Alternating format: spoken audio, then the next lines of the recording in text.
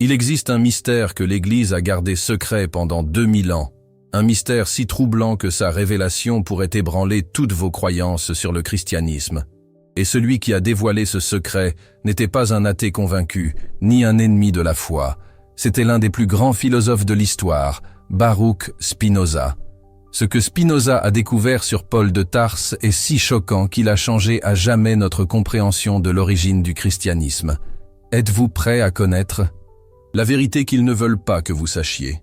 Imaginez un instant que tout ce que l'on vous a appris à croire sur Jésus, tout ce en quoi votre famille a cru pendant des générations, tout ce sur quoi des millions de personnes ont fondé leur vie. Soit, en réalité, la création d'un homme qui n'a jamais rencontré Jésus personnellement. Un homme qui a transformé un simple message d'amour en quelque chose de totalement différent. Cet homme, c'était Paul de Tarse. Et selon Spinoza, il n'a pas seulement changé le christianisme, il l'a littéralement inventé. Mais avant de fermer cette vidéo ou de vous offusquer de cette affirmation, accordez-moi quelques minutes pour vous présenter les preuves que Spinoza lui-même a fournies. Des preuves si solides qu'à ce jour, aucun théologien n'a pu les réfuter complètement. Vous êtes-vous déjà demandé pourquoi le message de Jésus dans les évangiles est si différent du message de Paul dans ses lettres? Pourquoi Jésus parlait d'amour, de pardon et de simplicité, tandis que Paul a créé un système complexe de doctrines, de règles et de hiérarchie? La réponse va vous choquer. Spinoza a passé des années à étudier les textes sacrés avec la précision d'un chirurgien. Il ne cherchait pas à détruire la foi des gens. Il cherchait la vérité. Et la vérité qu'il a découverte, c'est que Paul de Tarse n'a jamais connu Jésus. Il n'a jamais marché avec lui. Il n'a jamais entendu ses paroles directement. Alors, comment Paul est-il devenu la plus grande autorité sur les enseignements de quelqu'un qu'il n'a jamais connu? L'histoire officielle raconte que Paul a eu une vision sur le chemin de Damas, une expérience mystique où Jésus lui est apparu et l'a converti instantanément, passant de persécuteur à apôtre. Mais Spinoza a posé une question que personne n'osait poser à l'époque. Et si cette vision n'était qu'une hallucination? Réfléchissons ensemble. Paul était un homme obsédé par la persécution des chrétiens. Il était soumis à un stress psychologique extrême. Il voyageait sur de longues distances, sous le soleil brûlant du désert. Il était mentalement épuisé, physiquement épuisé, et portait le poids de la culpabilité d'avoir persécuté des innocents. Dans ces conditions, ne serait-il pas possible que son esprit ait créé une expérience si réelle qu'il y ait lui-même cru? Mais voici ce qui est encore plus troublant. Même si la vision de Paul a été réelle, même si Jésus lui est réellement apparu, cela ne change rien au fait fondamental que Spinoza a découvert. Paul n'a jamais appris directement de Jésus. Il n'a jamais entendu les paraboles originales. Il n'a jamais vu les miracles. Il n'a jamais assisté à la crucifixion. Tout ce que Paul savait sur Jésus provenait de seconde ou troisième main, d'histoires racontées par d'autres personnes, de fragments de souvenirs, d'interprétations déjà filtrées par d'autres esprits. Et sur la base de ces informations fragmentées, Paul a construit tout un système religieux. Pouvez-vous imaginer l'audace de cela? C'est comme si quelqu'un qui n'a jamais rencontré Einstein personnellement décidait de réécrire complètement la théorie de la relativité, en se basant uniquement sur des histoires qu'il a entendues à son sujet. Mais Paul est allé plus loin. Il n'a pas seulement réinterprété les enseignements de Jésus, il les a transformés en quelque chose de complètement nouveau. Et c'est ici que l'analyse de Spinoza devient vraiment révolutionnaire. Jésus prêchait un message simple: aimez Dieu, aimez votre prochain, pardonnez à vos ennemis, soyez humbles, partagez ce que vous avez, ne jugez pas les autres. C'était une philosophie de vie pratique et accessible. N'importe qui, indépendamment de son éducation ou de sa position sociale, pouvait comprendre et suivre ses enseignements. Mais Paul a compliqué le tout. Il a introduit des concepts que Jésus n'a jamais mentionnés: le péché originel, le salut par la foi seulement, la prédestination, la hiérarchie ecclésiastique, des rituels complexes, des doctrines sur la nature divine du Christ que les apôtres eux-mêmes ne comprenaient pas complètement. Pourquoi Paul a-t-il fait cela? Spinoza avait une théorie fascinante. Paul était un intellectuel, un pharisien hautement éduqué. Il était habitué à des systèmes complexes de lois et d'interprétation. Pour lui, la simplicité du message de Jésus était insuffisante. Il devait créer quelque chose de plus élaboré, quelque chose qui démontre son autorité, son intellectuel, quelque chose qui justifie sa position de leader d'un mouvement qu'il n'avait même pas initié. Et la manière la plus efficace de le faire était d'affirmer qu'il avait une révélation spéciale, une compréhension unique de la volonté du Christ que même les apôtres originaux ne possédaient pas. C'est un schéma que l'on observe à maintes reprises dans l'histoire. Lorsqu'une personne veut prendre le contrôle d'un mouvement, elle prétend avoir un lien spécial avec le fondateur original. Une révélation exclusive, une compréhension supérieure. Et Paul a fait exactement cela. Mais voici ce qui est le plus troublant. Selon Spinoza, Paul n'était pas nécessairement malhonnête. Il croyait probablement sincèrement qu'il interprétait correctement la volonté du Christ. C'est la tragédie de la situation. Paul était sincère dans ses convictions, mais la sincérité n'est pas synonyme de vérité. Et la différence entre la sincérité de Paul et la vérité de Jésus a façonné le destin de milliards de personnes pendant les 2000 années suivantes. Réfléchissez aux implications de cela un instant.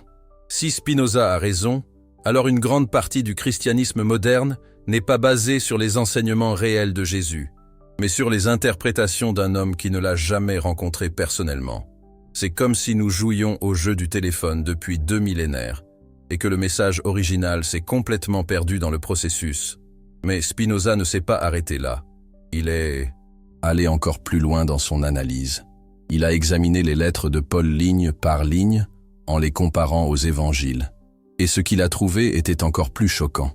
Sur de nombreux points, Paul non seulement divergeait de Jésus, il le contredisait directement. Jésus a dit que les derniers seront les premiers. Paul a créé des hiérarchies rigides dans l'Église. Jésus a dit de tendre l'autre joue. Paul a justifié l'autorité gouvernementale et même l'esclavage. Jésus incluait des femmes parmi ses disciples les plus proches. Paul a ordonné qu'elles restent silencieuses dans les églises. Comment cela est-il possible? Comment quelqu'un qui prétend avoir eu une révélation directe du Christ peut-il enseigner des choses si opposées à ce que le Christ a réellement enseigné? La réponse de Spinoza est simple et dévastatrice, parce que Paul était en train de créer sa propre religion, une religion qu'il croyait sincèrement fidèle au Christ, mais qui reflétait en réalité davantage ses propres limites, ses préjugés et ses besoins psychologiques. Voilà le paradoxe, au cœur même de l'histoire. Et voici la partie la plus ironique de toute cette histoire. Paul a connu un tel succès à répandre sa version du christianisme qu'elle est devenue le christianisme officiel. L'Église que Jésus n'a jamais voulu créer est devenue l'institution la plus puissante de l'Occident. Imaginez, la simplicité est devenue complexité, l'amour, une doctrine, la liberté spirituelle, un contrôle institutionnel. Un basculement. Terrible. Mais pourquoi devriez-vous vous soucier de cette analyse philosophique vieille de 4 siècles? Pourquoi est-ce important pour votre vie aujourd'hui? Parce que si Spinoza a raison, cela change tout. Cela signifie que vous pouvez vous connecter directement à l'essence même des enseignements originaux de Jésus, sans passer par le filtre des interprétations de Paul. Cela signifie que la spiritualité peut être plus simple, plus directe, plus personnel que vous ne l'aviez imaginé. Cela signifie que vous n'avez pas besoin d'accepter des doctrines complexes qui n'ont même pas de sens pour vous. Vous pouvez retourner à la source originale, au message pur d'amour et de compassion que Jésus a réellement enseigné. Mais cela signifie aussi affronter une vérité inconfortable. Cela signifie remettre en question tout ce qu'on vous a appris à croire.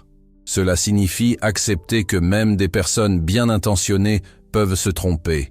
Cela signifie assumer la responsabilité de rechercher la vérité par vous-même, au lieu d'accepter simplement ce qui vous a été transmis. Et c'est un chemin que tout le monde n'est pas prêt à emprunter.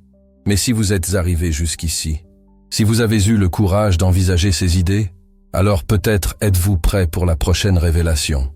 Car ce que je vous ai raconté jusqu'à présent n'est que le commencement. Spinoza a découvert quelque chose d'encore plus profond sur la nature de la foi. Sur la différence entre la vraie religion et la religion inventée, Il a découvert un principe qui peut transformer complètement votre compréhension, non seulement du christianisme, mais de toute quête spirituelle. Êtes-vous prêt à aller plus loin dans cette investigation? Prêt à découvrir non seulement ce que Paul a inventé, mais pourquoi il a eu besoin d'inventer? Prêt à comprendre la différence entre une foi authentique et une foi construite? Parce que ce qui va suivre va défier non seulement vos croyances religieuses, mais votre compréhension du fonctionnement de l'esprit humain lorsqu'il s'agit de foi, d'espoir et du besoin d'appartenance. L'analyse de Spinoza sur Paul n'est que la porte d'entrée vers une compréhension beaucoup plus profonde de la nature humaine. Une compréhension qui peut vous libérer de toute forme de manipulation spirituelle, pour toujours. Plongeons-nous maintenant dans la partie la plus troublante de cette découverte, la partie qui va révéler non seulement ce que Paul a fait, mais pourquoi il a eu besoin de le faire. Car comprendre la psychologie derrière l'invention de la foi est la clé pour ne plus jamais être trompé par aucune forme de contrôle spirituel.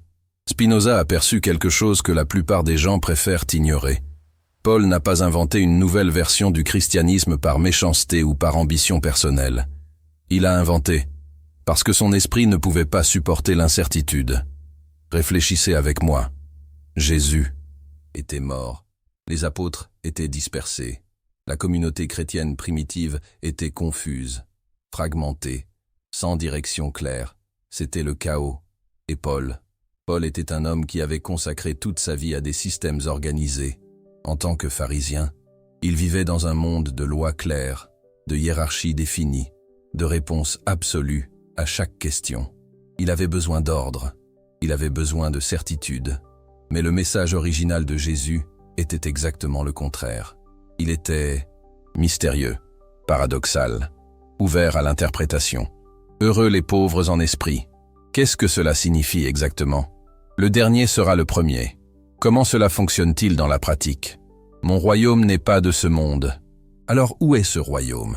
Jésus parlait en parabole justement pour maintenir le mystère vivant, pour forcer les gens à penser, à remettre en question, à rechercher leurs propres réponses. Il ne voulait pas créer des disciples passifs. Il voulait éveiller des chercheurs actifs. Mais Paul ne pouvait pas vivre avec cette ambiguïté. Et c'est ici que l'analyse de Spinoza devient brillante. Il a identifié que Paul souffrait de ce que nous appellerions aujourd'hui intolérance à l'ambiguïté, un besoin psychologique compulsif de transformer le mystère en doctrine, l'incertitude en règle, la question en réponse définitive. C'est comme si Paul prenait la poésie de Jésus et la transformait en manuel d'instruction. Mais pourquoi cela s'est-il produit? Pourquoi l'esprit de Paul ne pouvait-il pas accepter la beauté de l'incertitude que Jésus offrait? Spinoza a découvert que cela avait un lien avec l'expérience traumatique de la conversion de Paul. Lorsqu'une personne traverse une transformation spirituelle soudaine et radicale, comme Paul affirmait l'avoir vécu sur le chemin de Damas, son esprit entre dans un état d'extrême vulnérabilité. Imaginez que vous poursuiviez un groupe de personnes, croyant sincèrement faire la volonté de Dieu. Et soudain, une expérience mystique vous montre que vous aviez complètement tort, que vous combattiez, en fait, Dieu. Le traumatisme psychologique de cela est inimaginable. Paul n'a pas seulement eu une conversion, il a eu un effondrement total de son identité. Tout ce en quoi il croyait, tout pourquoi il avait lutté, tout ce qui définissait qui il était, s'est effondré en un seul instant. Et lorsque l'esprit humain traverse ce type de traumatisme, il fait une de deux choses. Soit il s'ouvre complètement au mystère et à l'incertitude, acceptant qu'il peut se tromper sur n'importe quoi, soit il se ferme, créant un nouveau système de certitude encore plus rigide que le précédent. Paul a choisi la deuxième option. Il ne pouvait pas vivre avec la possibilité de se tromper à nouveau. Alors, inconsciemment, il a créé un système de croyances si détaillé, si complexe, si apparemment solide, qu'il semblait impossible de le remettre en question. Mais voici le paradoxe dévastateur que Spinoza a identifié. Plus Paul rendait son système rigide, plus il s'éloignait de la vérité originale que Jésus avait enseignée. Jésus a enseigné la flexibilité. Paul a créé la rigidité. Jésus a enseigné l'humilité. Paul a créé l'autorité. Jésus a enseigné à remettre en question. Paul a créé l'obéissance. Et la tragédie, c'est que Paul ne s'en est probablement jamais rendu compte. Il était tellement convaincu de sa propre sincérité qu'il a confondu ses besoins psychologiques avec une révélation divine. C'est comme si quelqu'un qui a peur des hauteurs construisait un pont si bas qu'il ne pourrait jamais traverser la rivière. Mais attendez, avant que vous ne commenciez à juger Paul, je dois vous dire quelque chose qui pourrait vous déranger encore plus, parce que nous faisons tous exactement la même chose que Paul, à plus petite échelle peut-être, mais nous le faisons. Combien de fois avez-vous transformé une expérience spirituelle en règle rigide? Combien de fois avez-vous pris un aperçu profond et l'avez-vous transformé en une croyance fixe? Combien de fois avez-vous confondu vos besoins émotionnels avec une guidance divine? La différence entre vous et Paul de Tarse n'est pas de nature, c'est simplement une question d'échelle et d'influence. Paul de Tarse a systématisé ses besoins psychologiques, et ceux-ci sont devenus la religion de milliards de personnes. Vous systématiserez vos besoins psychologiques, et ils deviendront VOS préjugés personnels. Mais le mécanisme mental est exactement le même. Et c'est ici que nous touchons au cœur de la découverte de Spinoza. Il a perçu qu'il existe une différence fondamentale entre une foi authentique et une foi inventée. Et cette différence n'a rien à voir avec le contenu des croyances. Elle a trait à la relation de la personne avec l'incertitude. La foi authentique embrasse le mystère. La foi inventée tente de le contrôler. La foi authentique accepte qu'elle puisse se tromper.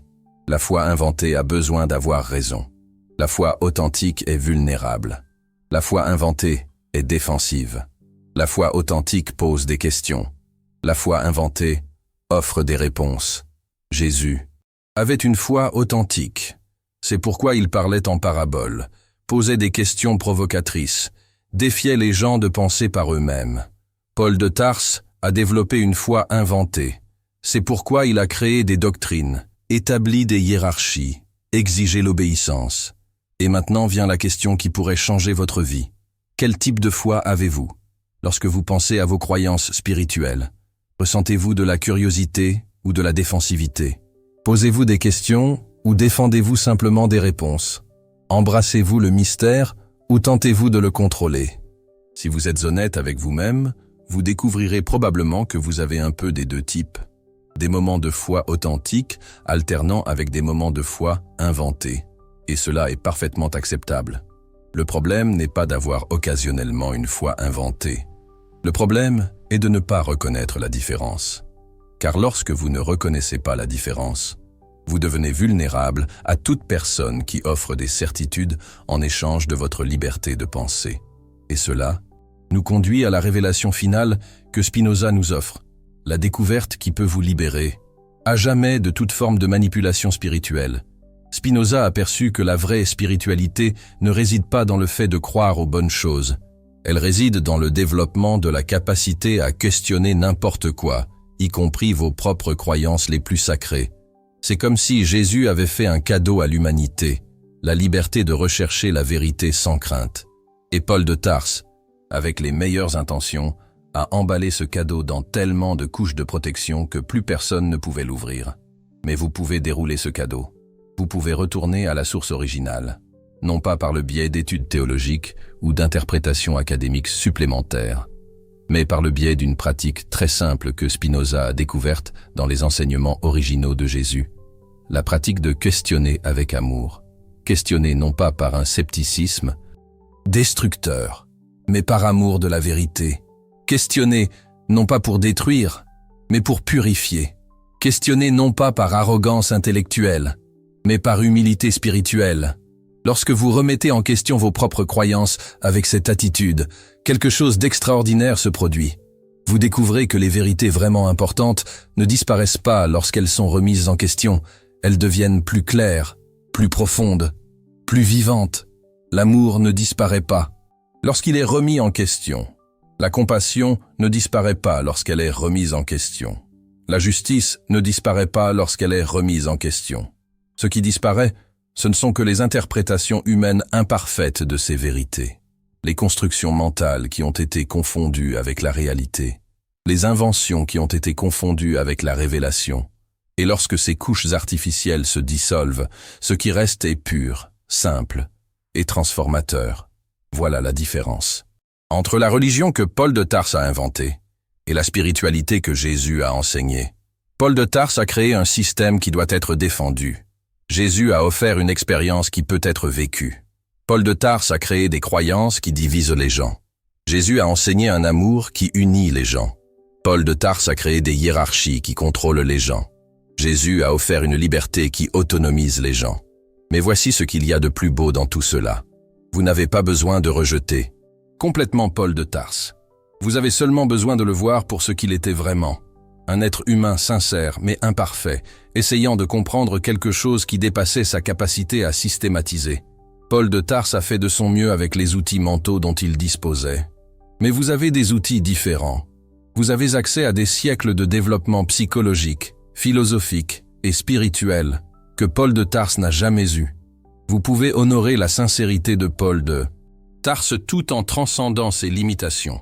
Vous pouvez remercier Paul de Tarse d'avoir préservé certaines des paroles de Jésus, tout en vous libérant des interprétations que Paul de Tarse a ajoutées à ses paroles. Vous pouvez respecter le christianisme historique tout en redécouvrant la spiritualité originale qui l'a inspiré. Et peut-être, plus important encore, vous pouvez cesser de rechercher des autorités externes pour valider votre expérience spirituelle. Car si Spinoza a raison, la seule autorité qui compte vraiment est la vérité que vous pouvez découvrir et vérifier par vous-même. Jésus ne voulait pas que vous l'adoriez. Il voulait que vous suiviez son exemple. Il voulait que vous trouviez votre propre connexion avec le divin. Il voulait que vous deveniez une source d'amour dans le monde, et non un disciple passif de règles religieuses. C'est la liberté que Paul de Tarse a involontairement obscurcie, et c'est la liberté que vous pouvez réclamer, non pas par le biais de plus de croyances, mais par le biais de moins, non pas par le biais de plus de certitude, mais par le biais de plus d'ouverture, non pas par le biais de plus de réponses, mais par le biais de meilleures questions. La foi que Paul de Tarse a inventée a peut-être dominé le monde pendant 2000 ans, mais la spiritualité que Jésus a enseignée est toujours disponible pour toute personne assez courageuse pour questionner, aimer et chercher. Et si vous êtes arrivé jusqu'au bout de ce chemin avec moi, alors vous avez déjà démontré ce courage. La question maintenant n'est pas de savoir si Paul de Tarse a inventé une version du christianisme. La question est, que ferez-vous de cette découverte? Utiliserez-vous cela comme une excuse pour devenir cynique envers toute quête spirituelle? Ou utiliserez-vous cela comme une occasion de découvrir une spiritualité plus authentique, plus personnelle, plus transformatrice? Le choix, comme toujours, vous appartient.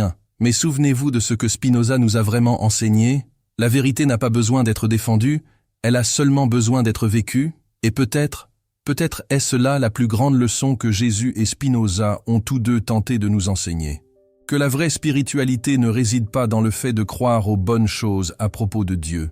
Elle réside dans le fait de devenir le genre de personne en qui Dieu croirait.